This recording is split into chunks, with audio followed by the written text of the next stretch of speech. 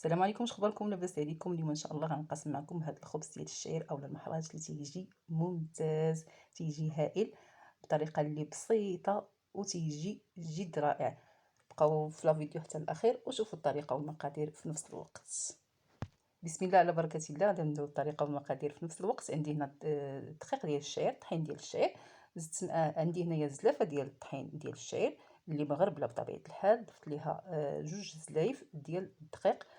بالنسبه للدقيق اما الكامل اولا اللي بغيتو نتوما تضيفوا ليه. درت معلقه كبيره ديال الخميره ديال الخبز، معلقه العسل، شويه ديال الملح، وتنجمعوا العجينه ديالنا كما تشوفوا بالماء دافي. العجينه ما تحتاج تدليك، يعني تنعجنوها عادي، غير تنجمعوها تتكون بطبيعه الحال العجينه خفيفه وتيجي واحد الخبز اللي زوين محمر وتيجي لذيذ. كما تشوفوا معايا تنجمع العجينه ديالي بالماء دافي.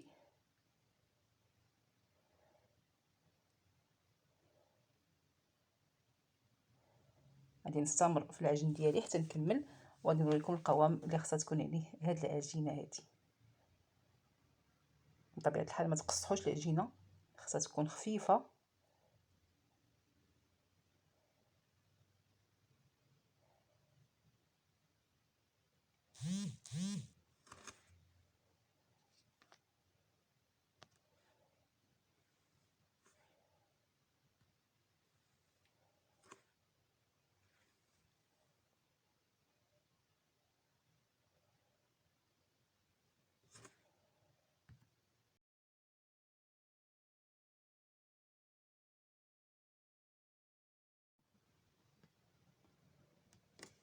من بعد تنضيف واحد جوج معالق كبار اما زيت زيتون اولا زيت المائده، تندخلو هذيك الزيت مزيان في العجينه ديالي كما تشوفوا معايا. كما قلت لكم العجينه خصها تكون خفيفه، يعني ما تكونش قاصحه. صافي غادي نديرها تختمر يعني تاخذ الوقت ديالها حتى تشوفوها ضاعف الحجم ديالها تماما، يعني تخمر على خاطرها ديك العجينه. دابا بطبيعه الحال الحاجه سخونه، يعني العجينه دغيا تتخمر تنغطيو عليها ونخليوها تختمر.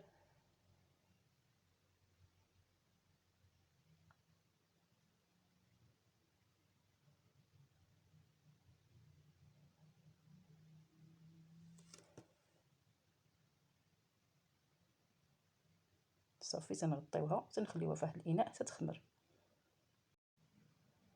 بعد ما تيضاعف الحجم ديال العجينه ديالنا كما شفتوا معايا، يعني اختمرت مزيان، خدات الوقت ديالها في الخميره، يعني خمرت على خاطرها.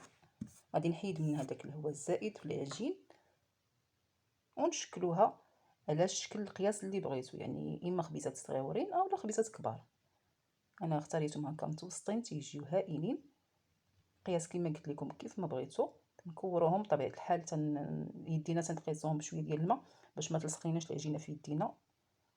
وصافي تنحط في اللاطه ديالي اولا في البلبوله هي الاولى، يعني تنقرصوهم في البلبوله اولا الشيشه كما تيقولوا ليها، وعاد نحطوهم في الطاوه بطبيعه الحال.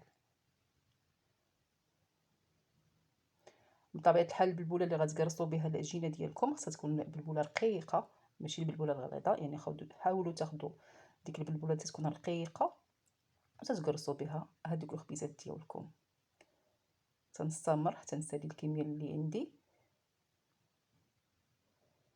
بطبيعه الحال كما قلت لكم تنرشوا يدينا بشويه ديال الماء، ما نكثروش باش ما تلصقليناش العجينه وتعذبنا بهذه الطريقه هذه. صافي غادي نكورهم في البلبوله كما تشوفوا معايا، يعني تلبسوا لهم ديك البلبوله مزيان، تنقرصوها مزيان باش في الطياب تيجيو محمرين وتيجيو هائلين.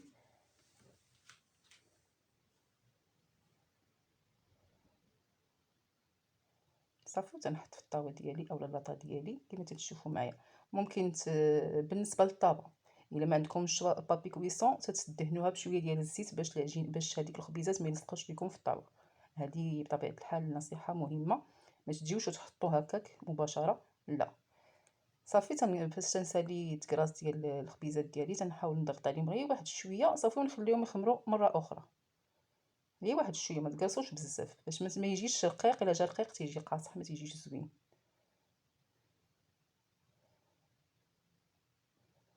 بعد ما تيخمر الخبز ديالنا اولا الخبيزات ديالنا تنشعلوا الفران يكون سخون، يعني غنشعلو عليهم من الفوق ومن التحت وتندخلوا الطاوه مباشره، يعني يكون شاعل عليها من الفوق ومن التحت حتى تشوفوا الخبز ديالكم تقريبا واحد 5 دقائق عاد حلوا عليه تشوفوه تنفخ وتحمر من الفوق ومن التحت مباشره. تتحيدوهم وتتغطيوهم باش يبقى ديك السخونيه ترجع ليهم، وتيجي رطيطب وتيجي واحد الخبز اللي ما تشبعوش منه، تيجي جد هائل بطبيعه الحال، صحي ومفيد وتيجي ممتاز. ما تعكسيش على هذه الوصفه هذه، جربيها وغتعجبك اكيد. ما تنسونيش بالدعم ديالكم اللي تيزورني اول مره، وما ينساش يرن الجرس باش يوصلوا كل جديد. خليتكم في امان الله، الى فيديو قادم ان شاء الله، مع السلامه.